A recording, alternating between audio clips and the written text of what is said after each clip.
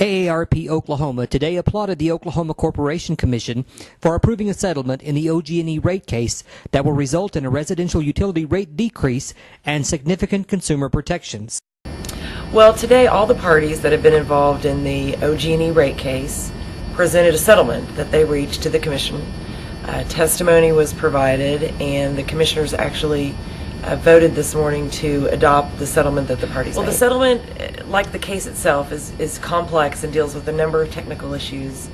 But from a broad perspective, there will be an overall rate decrease to the average residential customer of about 9 cents per month, and that's in contrast to the company's request for customers to receive a monthly increase. In addition to not receiving any kind of rate increase and keeping rates relatively steady, there were a number of consumer protections that were added that the company agreed to, additional reporting requirements so that the company can be held accountable for the investments that it makes, for example, in its smart grid metering deployment.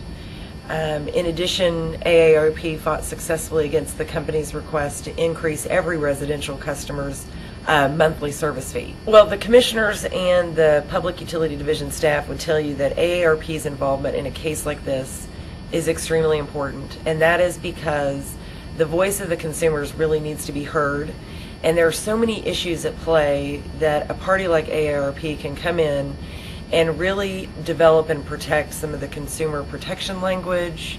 It can focus on reporting requirements and issues that other parties that are in a case might not be able to address. And that not only provides better quality of service and protection to AARP members, but to the public in Oklahoma at large. Okay, Commissioner, could you give us your thoughts on the settlement announcement that was made today? I thought it was the result of a good compromise and collaboration among the very divergent parties, and I think you heard me mention during the case, and I took this to heart when I first became a commissioner, that just because everyone agrees does not mean that it's in the public interest. But I think everybody stepped up to the plate and participated, and there were a lot of challenging issues, but it seems like it's the right result for the ratepayers overall, and it's a good result for the company to continue to provide reliable service at affordable rates. And what impact do you think AARP had as a party to this case?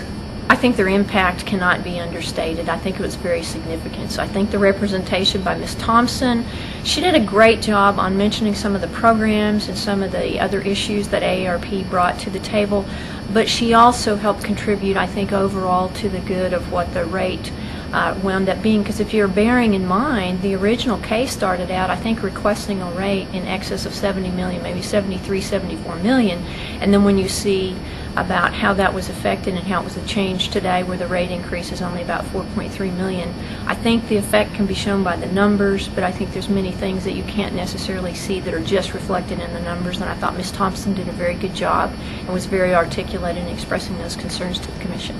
And what message would you have for AARP members statewide about their involvement in a case like this? I can't really overstate the importance of the participation of individual members and a group like AARP, because we can't hear unless you're here to express your opinion and give us your real concerns about how it would impact you dollar-wise. I think Deborah did a great job of bringing that to the forefront. I also think Sean Voskel's participation here, we get to see him, and continuing to remind us that AARP members are affected and that they're actively participating. Again, I don't think that can be understated. We finished this case. It's been a long time coming. It's really important when you do cases like this that you remember that we need to look out for Oklahomans, and we need to look out for the folks who live here and are going to be paying these bills, and I think this settlement and this order that's coming from the Commission today accomplishes that. You made some remarks in closing about some of the issues that AARP had worked on in terms of this settlement. I think it's very important. They wanted, AARP wanted us to consider and wanted the company to look into some other programs that might be beneficial to the senior citizens, and this agreement today incorporated that into the ruling. So AARP is going to get the opportunity to have input on some other programs that might be beneficial to its membership. And I think we have to always remember who our consumers are here in Oklahoma. Our consumers are not always just businesses, and they're not always just folks who are able to afford this, but we have folks on fixed incomes who really have to have their voices heard. And so I think this settlement helps in that realm. It lets AARP members have some input on some of these other kinds of options.